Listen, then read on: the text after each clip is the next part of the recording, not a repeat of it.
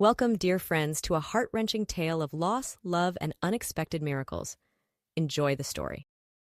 5-year-old Emily looked up at her older sister with wide, hopeful eyes. Her blonde pigtails bounced as she tugged on Sarah's sleeve. "Are you going to bring me candy from Grandma Olivia and Grandma Diane?" 10-year-old Sarah gazed at her little sister and sighed softly, her heart heavy with the weight of her secret. Of course she would. How could she not? But Sarah would never tell Emily the truth about where those sweets really came from. The local cemetery was hardly a place for candy shopping, but grief had a way of softening hearts. The mourners there were always quick to offer treats to the quiet girl who snuck away from the nearby orphanage. "Sure thing, Em," Sarah said, forcing a smile. "You know they always send the best candy." Emily clapped her hands in delight. "Yay! I hope they send those yummy chocolate bars again. Do you think they will?" Sarah ruffled her sister's hair. "We'll just have to wait and see, won't we?" As Emily skipped off to play with her worn teddy bear, a last gift from their parents, Sarah's smile faded. She hated lying to her sister, but what choice did she have? The truth was too harsh for Emily's young ears. Sarah and Emily had only been in the orphanage for a year, ever since that day when their parents' lives were cut short in a horrific car crash. They still had a grandmother on their mom's side, but she was too ill to care for them. Rumors swirled that Grandma Olivia wasn't quite right in the head anymore. As for Grandma Diane, their dad's mother, she lived comfortably and was relatively young, barely past 50. Sarah clung to the hope that someday Grandma Diane would take them in. But as the days turned into weeks, and weeks into months, that hope grew dimmer. Sarah often lay awake at night, listening to the soft snores of the other girls in the dormitory, wondering why their family had abandoned them. Sarah's mind drifted back to that gut-wrenching day of her parents' funeral. The memory was so vivid, she could almost smell the sickly sweet scent of lilies and feel the scratchy fabric of her black dress against her skin. With tears streaming down her face, she had approached Grandma Diane, wrapping her arms around the older woman's waist.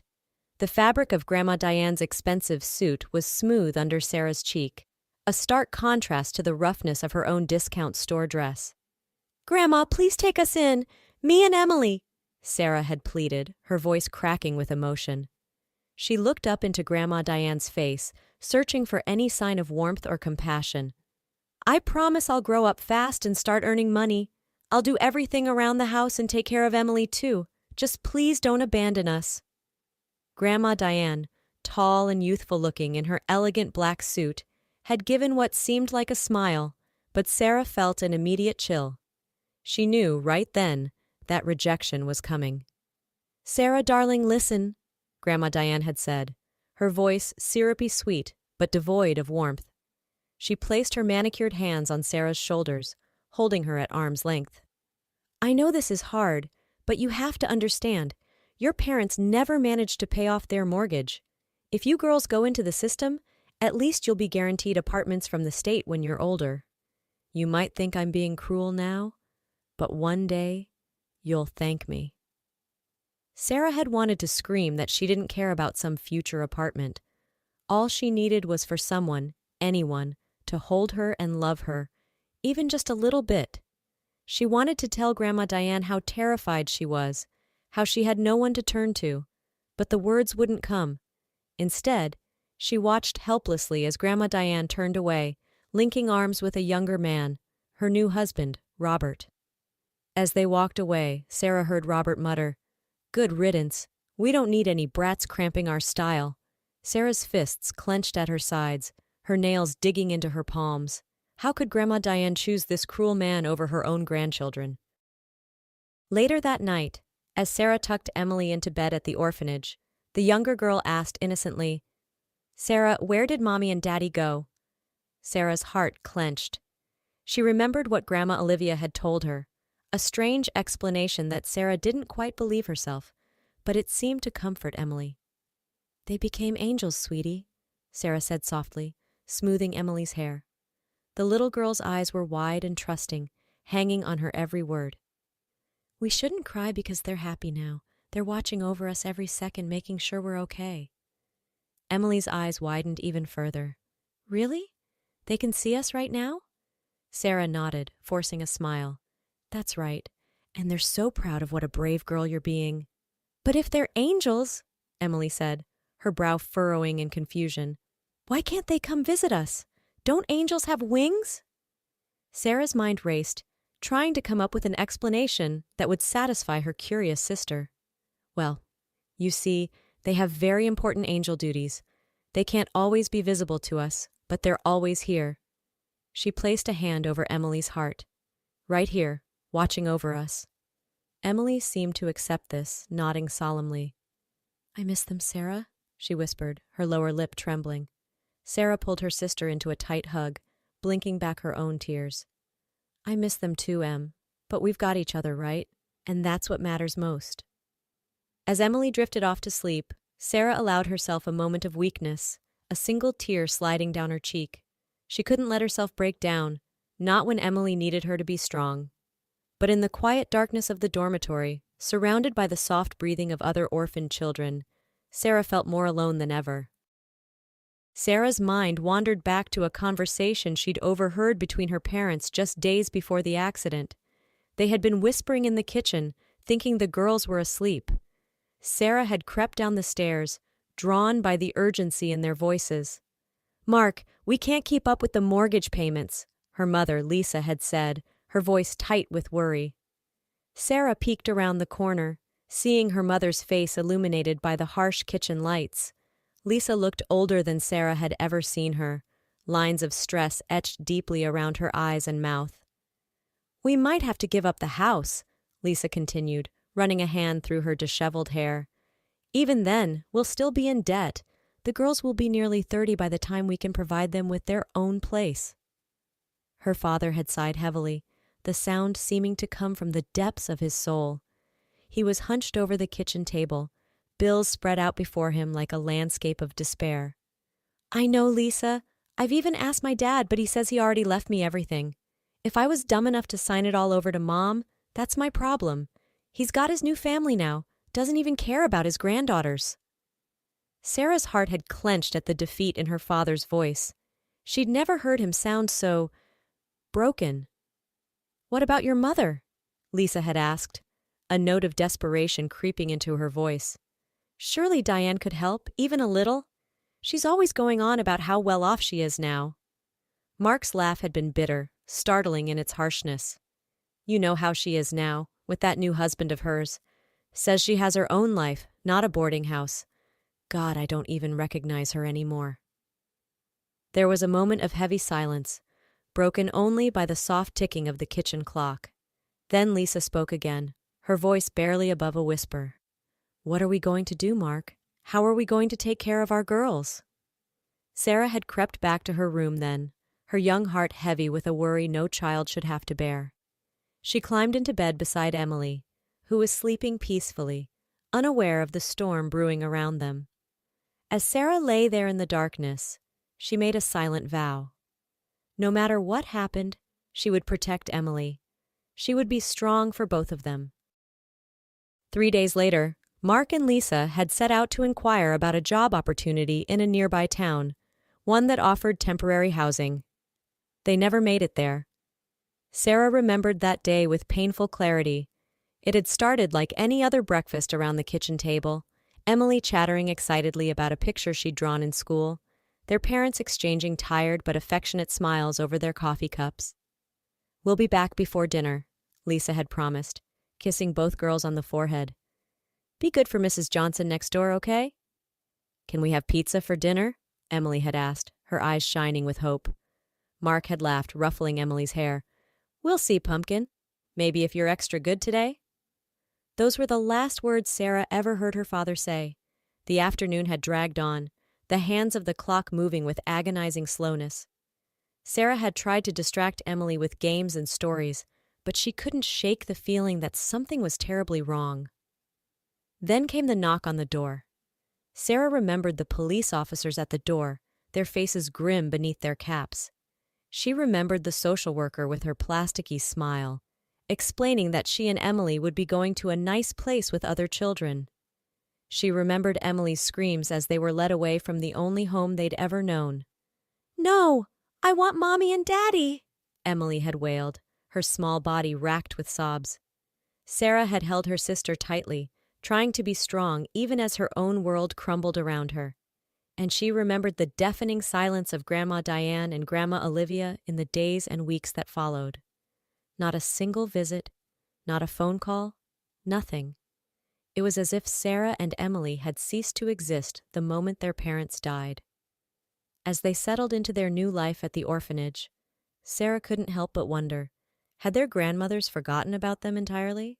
Or did they simply not care? Months passed, and life at the orphanage fell into a routine.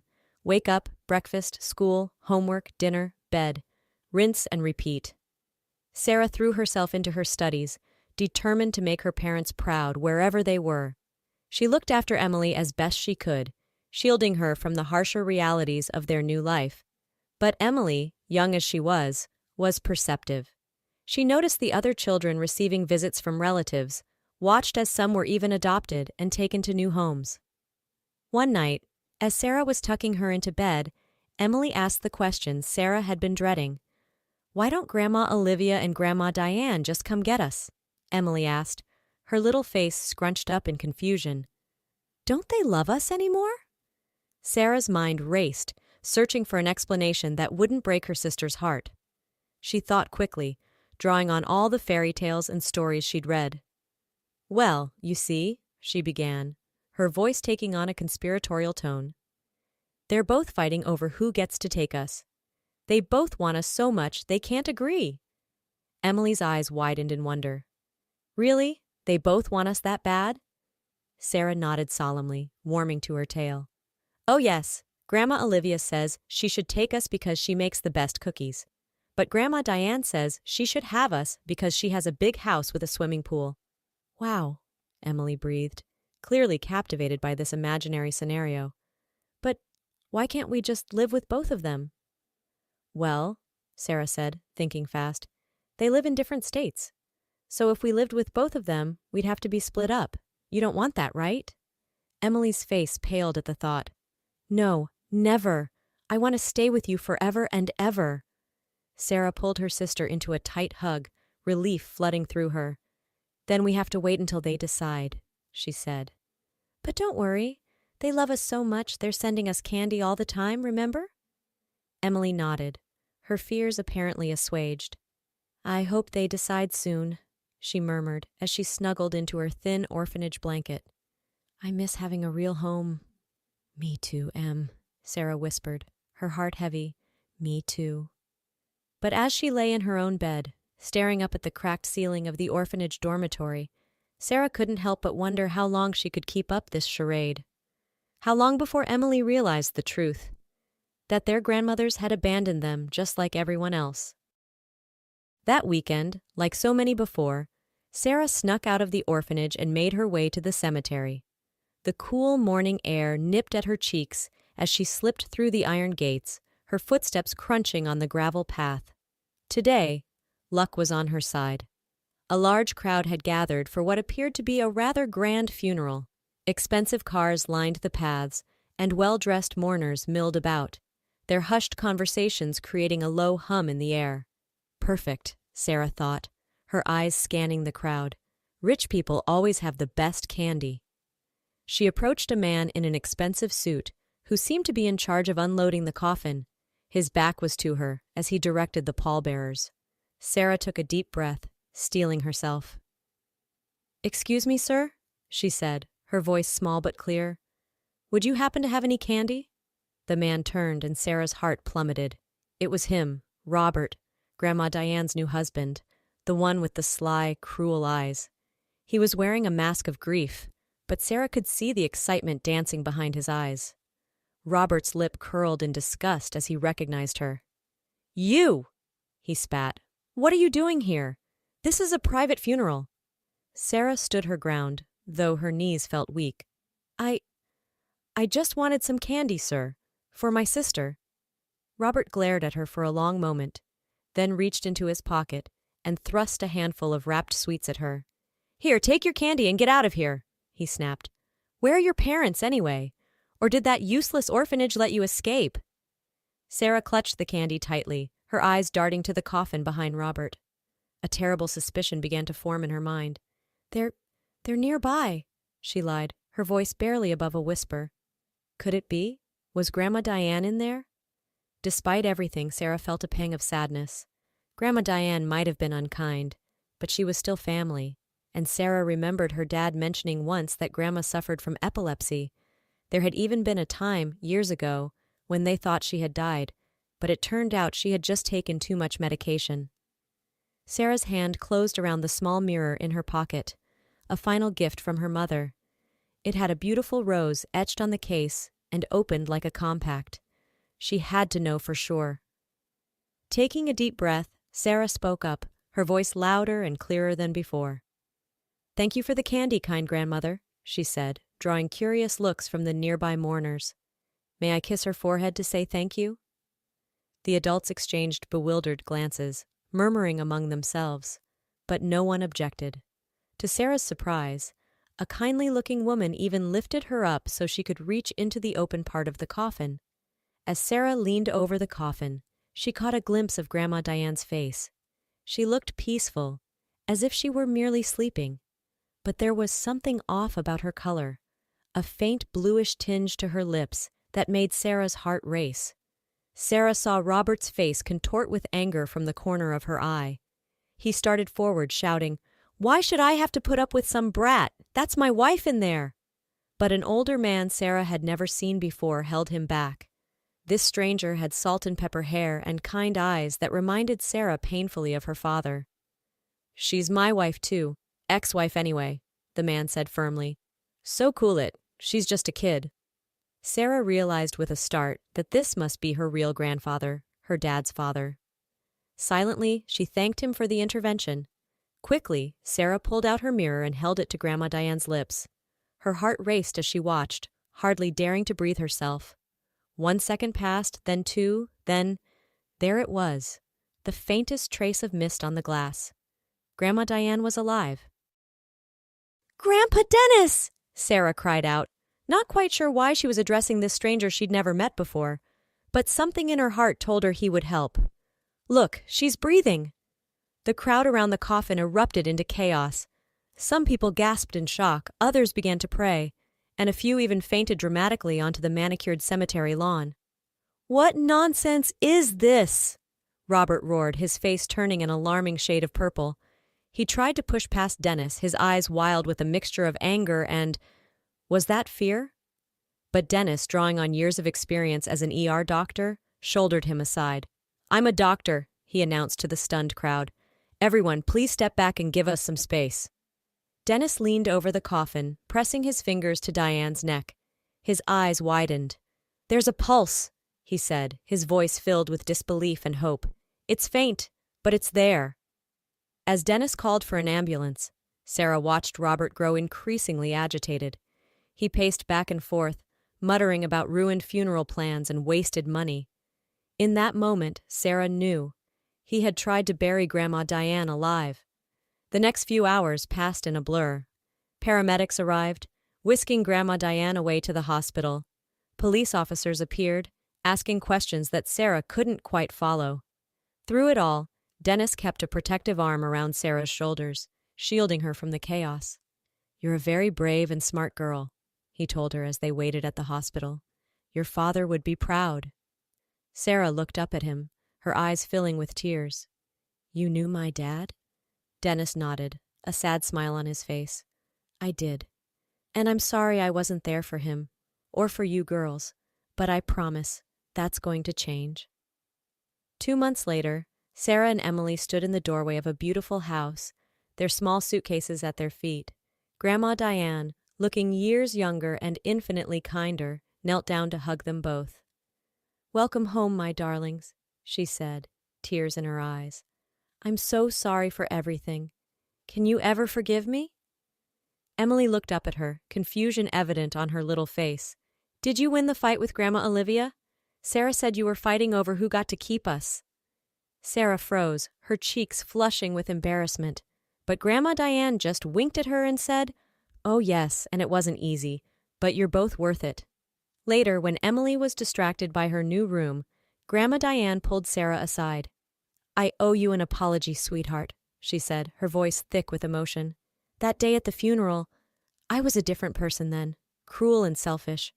Robert, my ex-husband, he'd been slowly poisoning me, hoping to inherit everything. If you hadn't been there that day—" Sarah nodded, not trusting herself to speak. Her dad had always insisted that his mom wasn't really bad, just unhappy. Maybe he'd been right after all. "But that's all in the past now," Grandma Diane continued, squeezing Sarah's hand. "Thanks to you, I've been given a second chance, and I promise I'm going to spend every day making it up to you and Emily." As the weeks passed, Sarah and Emily settled into their new life. The big house that had once seemed so intimidating became a warm, loving home. Grandma Diane doted on them, always ready with a hug or a word of encouragement, and Grandpa Dennis, as the girls had come to call him, was a constant source of support and laughter. One sunny afternoon, as Sarah helped Grandma Diane in the kitchen, she couldn't help but marvel at the change in her grandmother. Gone was the cold, distant woman from the funeral. In her place was someone warm and nurturing, someone who hummed as she baked cookies and asked about Sarah's day at school. "Grandma," Sarah said hesitantly, "can I ask you something?" Diane turned from the oven, wiping her hands on her apron.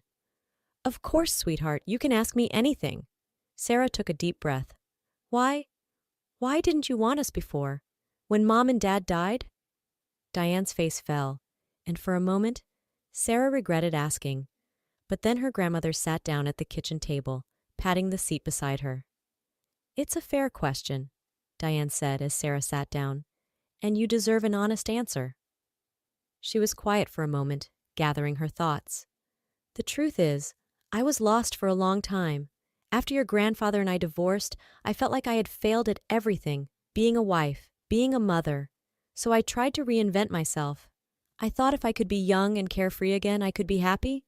She shook her head, a rueful smile on her face. "But all I did was push away the people who really mattered. I was so caught up in my own pain that I couldn't see anyone else's, not even my own grandchildren's."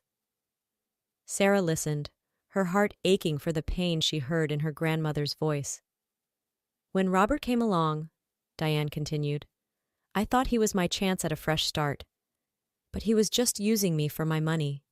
He isolated me from everyone, made me dependent on him. By the time your parents died, I was too far gone to see what really mattered." She reached out, taking Sarah's hand in hers. "But that day in the cemetery, when I opened my eyes and saw you there, it was like waking up from a long, terrible dream. I realized what I'd thrown away, and I knew I had to make it right." Sarah felt tears welling up in her eyes. "I'm glad you woke up," she whispered. Diane pulled her into a tight hug. "Me too, sweetheart. Me too." As the months passed, the Watson family grew stronger. Grandma Diane remarried to Dennis, Sarah, and Emily's grandfather. It turned out he'd never had another family. Those had just been rumors he'd spread to make himself seem happier than he was. Sarah watched as her grandparents became the loving parents she and Emily so desperately needed. Sometimes she wondered if Grandma Diane really had died that day in the cemetery, if the woman who came back was someone new, someone kinder and more loving. She never shared these thoughts with anyone. Emily was too young to know the full story of that day in the graveyard. And Sarah had learned an important lesson. Sometimes, life had to hit people very hard over the head with a metaphorical sledgehammer before they learned to live like decent human beings. One evening, as the family sat around the dinner table, Emily suddenly asked, "Do you think Mom and Dad can see us now? From heaven?" A hush fell over the table. Sarah held her breath, unsure how her grandparents would react. But to her surprise, Grandpa Dennis smiled gently. "I'm sure they can," he said, "and I bet they're very proud of both of you." Grandma Diane nodded in agreement. "Your parents were wonderful people," she added, "and while they can't be here with us physically, I know their love for you girls is still very much alive." As she watched Emily's face light up with joy, Sarah felt a warmth spread through her chest. Maybe Mom and Dad really had become angels that day. How else could she explain the miracle that had brought them all together? Later that night, as Sarah stood on the back porch, looking up at the stars, She felt a sense of peace wash over her. The past year had been filled with more pain and loss than any child should have to bear, but it had also brought unexpected blessings. She thought of Emily, sleeping soundly in her new room, of Grandma Diane, who had found the strength to change and become the grandmother they needed, of Grandpa Dennis, who had stepped up to be the father figure they'd been missing. And she thought of her parents. Wherever they were, Sarah hoped they could see the family that had formed in their absence. She hoped they were proud. With a contented sigh, Sarah turned and went back into the house, leaving behind the shadows of the past and stepping into the warm light of their future. The road ahead might not always be easy, but they would face it together, as a family.